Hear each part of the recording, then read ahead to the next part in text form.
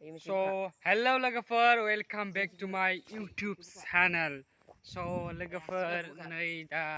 गरम आरोना गस्ला गेन्जि गानना दं आं नै बे समाव. So, vlog video लाबोथारिया गोबावथार जाबायमोन नै बिथांखौ लानानै स्राय फरायहरनाय जाबाय. इदिनो थानांगोन नियाखाया इदिनो थानांगोन होमबा Lwgwfwr.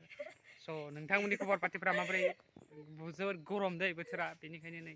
गस्ला गेन्जियासो गानना दं आरोना. आङो गाइस नारें मैथा नोंथांमोना जोबजासिम भिडिअखौ स्किप खालामना दे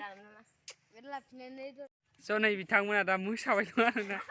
सासेया खारबायनो बुजागोन दे आंजों नुखाबाय नोङो नै आंना रिय' स' गाइस मा खबर नोंथांमोना मोजां एसे खोन्थाहरबानो जाबाय कमेन्ट बक्सआव कमेन्ट কৰি জানিবা আপোনালোকে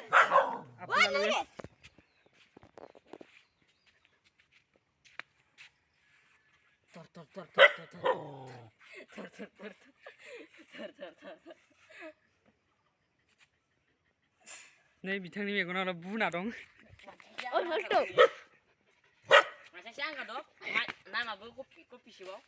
मानसि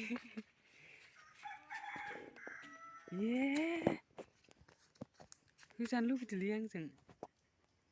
जों गामिनि आंगार पलियाद्रा जानो सानो आरोना बिथाङा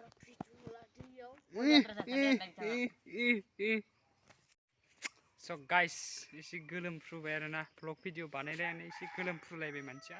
बुहुत खस्थ' खालामबाय नालाय नोंथांमोना अननानै लाइक खालामना होबानो जाबाय गाइस लाइक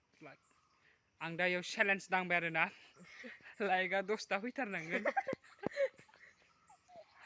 बेवहाय लाइकआ 10टा फैथारनांगोन गाइस 10टानि बाराबाथाय नोंथांमोनखौ थेंक इउ होननाय जागोन आरो साबस्क्राइबारा मोनसे बारायथारनांगोन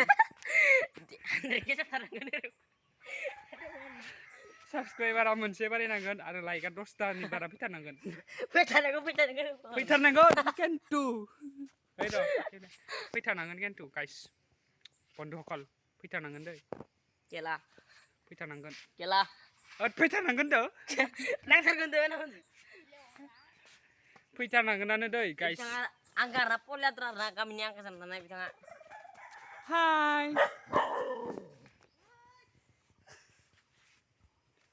स' गाइस नैबे जाबाय जाहानि माबा बिफां नोंथांमोना बेखौ सिनायोब्ला अननानै कमेन्ट खालामना खिन्थाहरबानो जाबाय बे मा बिफां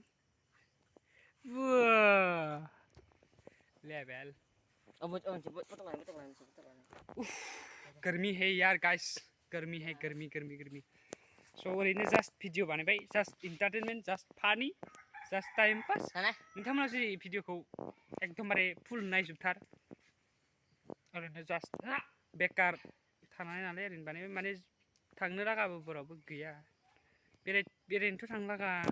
दङ जेराव मेराव खिन्थु दा माने एसे गरम बोथोर नालाय प्रब्लेम सान्दुं गोसायाव सोर थाबायथिंगोन नङा होमबा गाइस दंफां सिङाव आरामसे उन्दुना था दंफां सिङाव आरामसे थाबाय था आरो जादि guys drone shoot drone guys drawn